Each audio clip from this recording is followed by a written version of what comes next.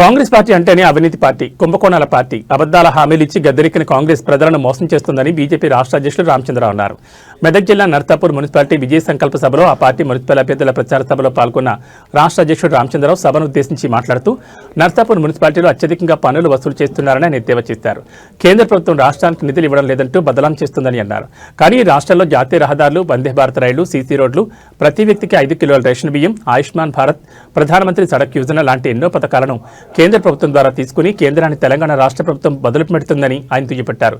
6 గ్యారంటీలు, 420 హామీలతో గెలిచిన కాంగ్రెస్ ప్రభుత్వం 2 సంవత్సరాలు పూర్తయిన ప్రజలకు చేసిందేమీ లేదన్నారు. కాంగ్రెస్ అటు బీఆర్ఎస్ స్నేహబంధాలతో ఫోన్ ట్యాపింగ్ కేసును నీరుగార్చారని అన్నారు.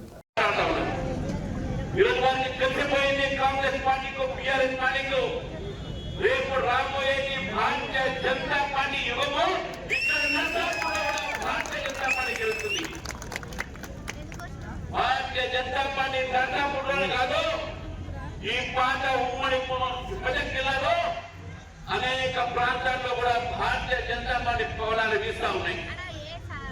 కాంగ్రెస్ పార్టీ భయపడి చెప్తా ఉన్నది, బీజేపీ వాళ్ళు నమ్మద్దని, బీజేపీ వాళ్ళు మతాన్ని రెచ్చగొట్టాలని చెప్పి అంటున్నారు. నేను రేవంత్ రెడ్డి గారిని అడుగుతున్నాను, మతాన్ని రెచ్చగొడుతున్నది ఎవరు? మీరు కాదా? ఎన్నికల్లో ముస్లింలే కాంగ్రెస్ ముఖ్యమైన మాటలు ఎవరు? అది రేవంత్ రెడ్డి గారు కాదా?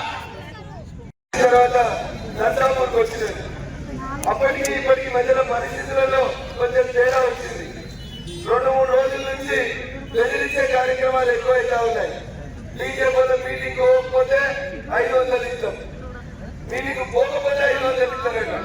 అంటే కాంగ్రెస్ వాళ్ళ దగ్గర పైసలు ఎంత ఎక్కువైనాయో ఒకసారి అర్థం చేసుకోవాలి. గెలిచి 2.5 కాంగ్రెస్ వాళ్ళు అప్పుడే బెదిరించుడు దిగుతున్నారంటే కాంగ్రెస్ వాళ్ళు. ఒక్కసారి కాంగ్రెస్ వాళ్ళు చెప్తా ఉన్నా, అంటే వాళ్ళ కొత్త పడుతున్నటువంటి మా పోలీస్ మిత్రులకు కూడా చెప్తా ఉన్నా, భూమి గుండెలుంటుంది, ఇంకో 2 ఏళ్ళకి రాష్ట్ర అధికారులకు వచ్చేది భారతీయ జనతా పార్టీ.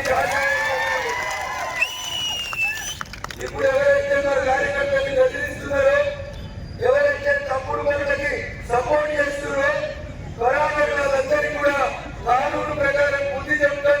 అవసరమైనప్పుడు పై అధికారులకు ఫిర్యాదు చేసి వాళ్ళ మీద తప్పకుండా చర్యలు తీసుకుంటాం చేస్తాం. సాధనైతే మంచి పనులు చేయండి. అయ్యా కాంగ్రెస్ నాయకులారా, ఈ సంసారంగా శుద్ధి లేని సంసారం. ఏదో చేస్తామని ఏదో చేస్తామని మాట చెప్పొచ్చారు. ఏం చెప్పిండు మీ రేవంత్ రెడ్డి గారు నర్సాపూర్కి వచ్చినప్పుడు? 2 BHK కట్టిండు టీఆర్ఎస్ వాడు, ఇంకా వంచుతలేడు. నేనంతా 3 నెలల్లో వంచుతా అన్నాడు. 3 నెలలు కాలేదా ఇంకా రేవంత్ రెడ్డి? ఎన్నో కాంగ్రెస్ కలిసి 2 నెలలు దాటి 3 నెలలు అయింది. ఇంకా రేవంత్ రెడ్డి డబుల్ బెడ్రూమ్లు వచ్చినావా?